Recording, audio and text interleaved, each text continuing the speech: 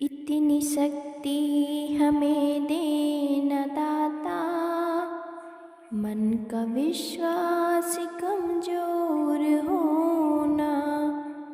हम चले नेक रास्ते पे, हमसे भूल कर भी कोई भूल होना।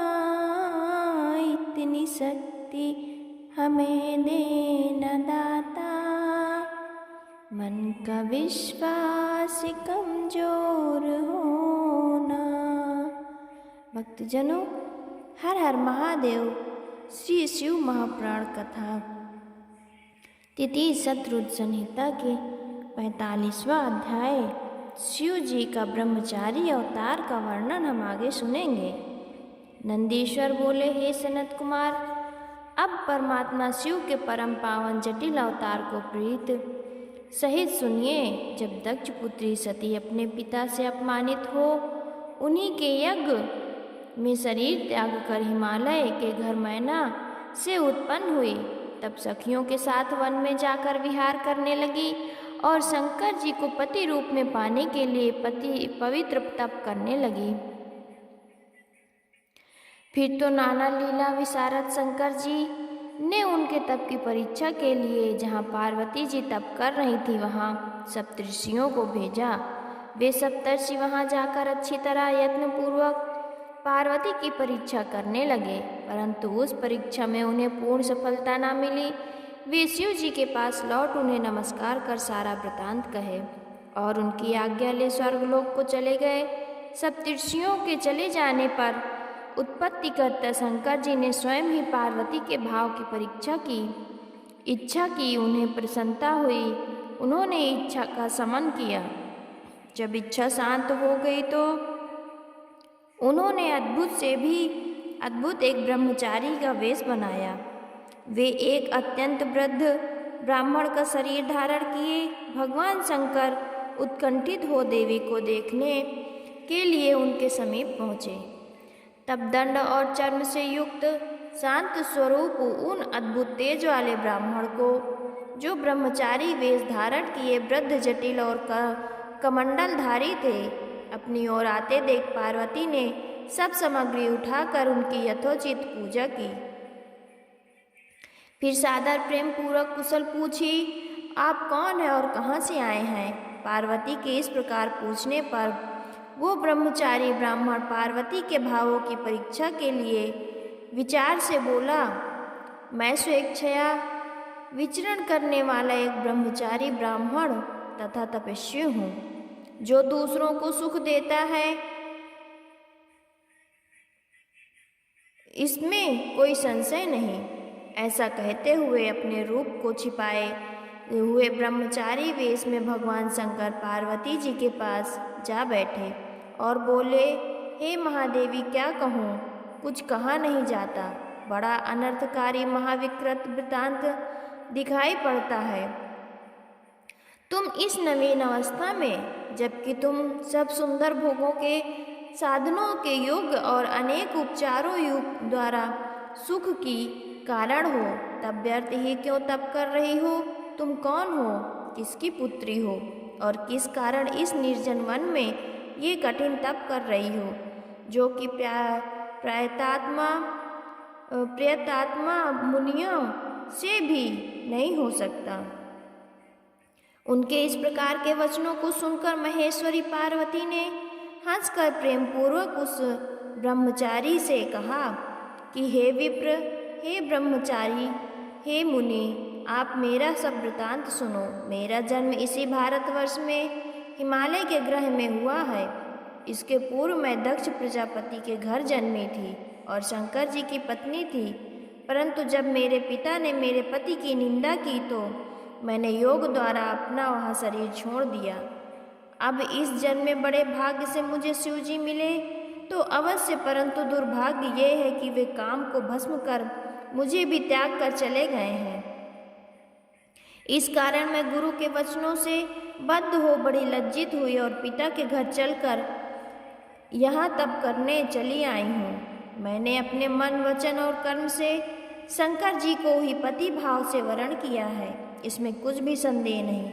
यद्यपि मैं जानता हूँ कि यह वस्तु दुर्लभ है, उसका मिलना कठिन है, तथापि उत्सुकतावश मैं अपने तप में लीन हूँ। मुझे इंद्र आदि देवताओं सहित विष्णु और ब्रह्मा की भी आवश्यकता नहीं है। मैं तो केवल पिनाकधारी को ही प्राप्त करना चाहती हूँ।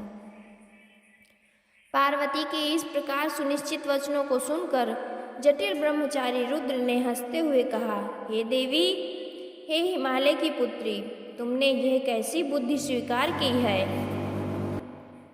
क्या यह उचित है कि और देवताओं को त्याग कर तुम शिव के लिए इतना कठिन तप करो?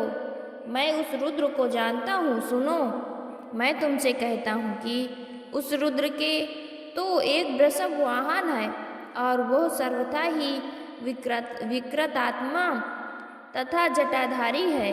वो सर्वदा अकेला ही रहने वाला और अत्यंत ही विरागी है। अतः तुम्हें उस शिव में मन लगाना कदापि उचित नहीं है। कहाँ तुम और कहाँ सब रुद्रादि रूपादि गुणों से विरुद्ध वो हर। मुझे तो तुम्हारा ये कर्म अच्छा नहीं जचा। आगे जैसी तुम्हारी इच्छा हो वैसा करो। ऐसा कहे ब्रह्मचारी ने फिर पार्वती की परीक्षा ली और उनके आगे अनेक प्रकार से अपनी निंदा की। विप्र के उस असहाय वाक्यों को सुनकर देवी पार्वती अत्यंत क्रुद्ध हो गई और शिव निंदक उस ब्रह्मचारी से कहने लगी, मैंने तो ये जाना था कि तुम कोई धन्य पुरुष होगे, किंतु अब मैंने सब जान लिया। तुम इस समय वध के योग्य तो नहीं हो, क्योंकि ब्रह्मचारी वेश में हो, अन्यथा तुम धूर्त और शिव निंदक की तो और ही गति करनी चाहिए। हे मूर्ख, तुम शिव जी को नहीं जानते। मुझे पश्चाताप है कि मैंने तेरी पूजा की। जो मनुष्य तत्व को न जानकर शिव की निंदा करता है, उसका जन्म संचित पुण्य नष्ट हो जाता है। शिव जी के द्वेषी का स्पर्श करने से प्रायश्चित करना चाहिए। रे दुष्ट, तूने जो ये कहा कि मैं शंकर जी को जानता हूँ, तो तू परम प्रभु शिव जी को निश्चय ही नहीं जानता। माया से अनेक रूपधारी शंकर चाहे जैसे कैसे भी हो, किंतु वे मनोरथों को देने वाले, विकार रहित और सज्जनों के प्रिय हैं। ये कहकर देवी पार्वती ने शिव तत्व का वर्णन कर अविनाशी शिव जी की प्रशंसा की। देवी की उस वाणी को सुनकर ब्रह्मचारी ब्राह्मण जो उनका उत्तर देने को तैयार हुआ, त्यों ही श्री पार्वती जी ने अपनी सखी विजया से कहा कि हे सखी, ये ब्राह्मण अधम फिर कुछ कहना चाहता है, अतः इसको मना करो, अन्यथा ये अवश्य ही शिव जी की निंदा करेगा। शिव निंदक को ही पाप नहीं लगता, किंतु उसको सुनने वाले को भी पाप का भागी होना पड़ता है। शिव के किंकरों को जो चाहिए कि जो शिव जी की निंदा करे उसे वो मार डाले। यदि ब्राह्मण हो तो छोड़ दे, अन्यथा स्वयं ही उस स्थान से चले जावे। ये दुष्ट फिर शिव जी की निंदा करेगा और ब्राह्मण है इसलिए मारने के योग नहीं है, अतः ये सर्वथा ही त्याज्य तथा ना देखने योग्य है। मैं इस स्थान को छोड़कर शीघ्र ही अन्यत्र चली जाती हूँ, जिससे मैं फिर इस मूर्ख के साथ संभाषण ना हो। हे मुनीश्वर, पार्वती जी ने ये कहकर ज्यों ही चलने को अपना चरण उठाया, त्यों ही साक्षात शिव जी ने हाथ पकड़ लिया। फिर पार्वती जी जिस रूप में उनका ध्यान करती थी, वैसा ही दिव्य रूप धारण किए शिव जी ने पार्वती जी को दर्शन दिया और नतमुख वाली पार्वती जी से कहा, हे शिवे, तुम कहाँ जाती हो? मैं तुमको नहीं त्याग सकता हूँ। यह तो मैंने तुम्हारी दृढ़ भक्ति की परीक्षा ली है और इसलिए ब्रह्मचारी वेश बनाकर तुम्हारे पास आया हूँ। जो इच्छा हो वर मांगो, तुम्हारे लिए कुछ भी अदेय नहीं है। आज मैं तुम्हारे तप से तुम्हारा दास हूँ। तुम्हारी सुंदरता को देखे बिना मुझे एक एक क्षण युग के समान व्यतीत होता है। हे प्रिय, अब लज्जा त्याग दो, क्योंकि तुम मेरी सनातन से पत्नी हो। आओ, मैं तुम्हारे साथ शीघ्र ही कैलाश चलता हूँ। जब देवेश ने इस प्रकार कहा तो पार्वती जी अति मुदित हुई, कठिन तप का सारा दुख भूल गईं और शिव जी के उस दिव्य रूप को देखकर लज्जा से नीचे मुख कर प्रेम पूर्वक प्रभु से बोली, हे देवेश, यदि आप मुझ पर प्रसन्न हैं और मुझ पर कृपालु हैं तो मेरे पति होइए। फिर तो शिव जी ने सविधि पार्वती जी का पानी ग्रहण किया और कैलाश की यात्रा की। इस प्रकार शिव जी के ब्रह्मचारी अवतरण का मैंने वर्णन किया। जो इस पाप रहित उत्तम कथा का सप्रेम सुनेगा वो सुखी होकर उत्तम गति को प्राप्त करेगा। इस प्रकार शिव जी के 84 और अवतारों की कथा समाप्त हुई। तृतीय शतरुद्र संहिता का 33वां अध्याय समाप्त। 44वां अध्याय शिव जी के सुनट नर्तक अवतार वर्णन। नंदीश्वर बोले, हे सनत कुमार जी, अब परमात्मा शिव के सुनट नर्तक नामक अवतार का वर्णन सुनो। जब हिमाचल की पुत्री कालिका देवी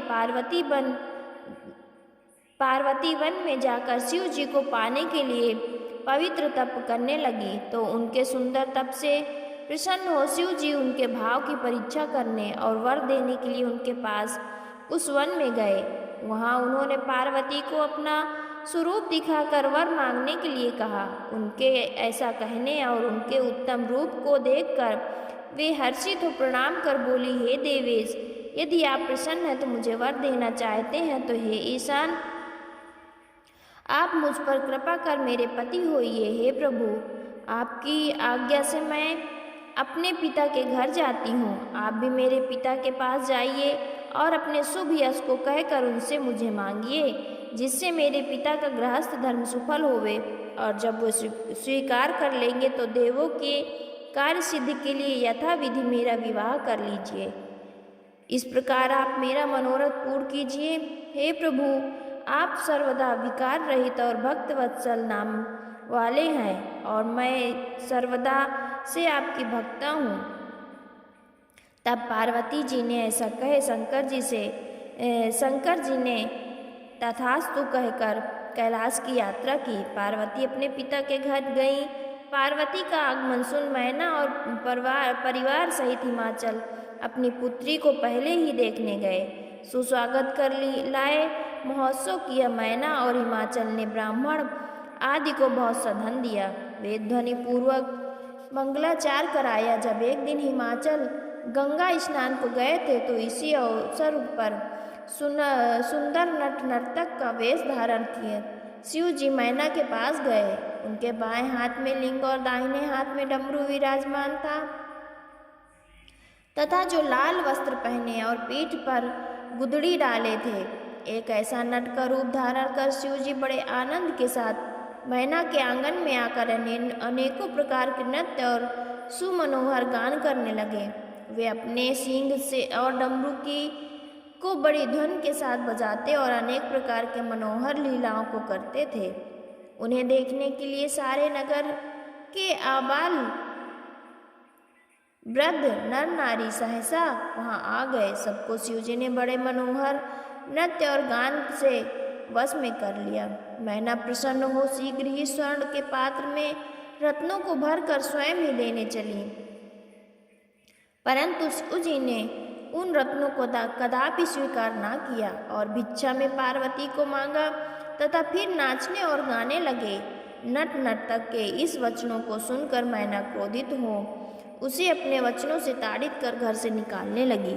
इसी समय हिमाचल भी गंगा से लौट आए और आंगन में उस भिक्षुक को देखा तथा मैना से सब वृतांत सुन वे कुपित हो गए और अनुचरों को आज्ञा दी कि इस भिक्षुक को बाहर निकाल दो, परंतु कई प्रयत्न करके भी कोई उन्हें बाहर ना निकाल सका, क्योंकि वो भिक्षुक अपनी अनेक लीलाओं में चतुर और अत्यंत प्रभाव वाला था। वो तत्क्षण ही गिरिराज को विष्णु रूप में फिर सूर्य रूप में पार्वती के साथ हंसते हुए अपने सुंदर तेज में दिखाई पड़ा और उन दोनों से भिक्षा रूप में पार्वती को मांगा तथा और कुछ ग्रहण न किया। पश्चात गुप्त हो पार्वती की आज्ञा से अपने धाम को चले गए। ये आश्चर्य देख गिरजा सहित मैना को सुंदर ज्ञान पैदा हुआ और वे पश्चाताप करने लगी। उन्होंने कहा, हमें अपनी सुंदर कन्या तपस्विनी पार्वती को उन्हें दे देना चाहिए था। इस प्रकार विचार करते हुए उन दोनों की शिव में पराभक्ति हो गई। फिर तो भक्तों को सुखदायक शंकर ने महालीला करके प्रेम पूर्वक यथाविधि पार्वती से विवाह किया। इस प्रकार सुनट नर्तक नट नामक शिव जी का अवतार कहा, जिसने इसकी पार्वती के वाक्यों को पूर्ण किया। शिव जी का यह सुनट नर्तक अवतार नामक अध्याय सर्व पापनाशक और परम गतिदायक है। तृतीय शत्रुद्र संहिता का 34वां अध्याय समाप्त। भक्तजनों, हर हर महादेव, हर हर महादेव।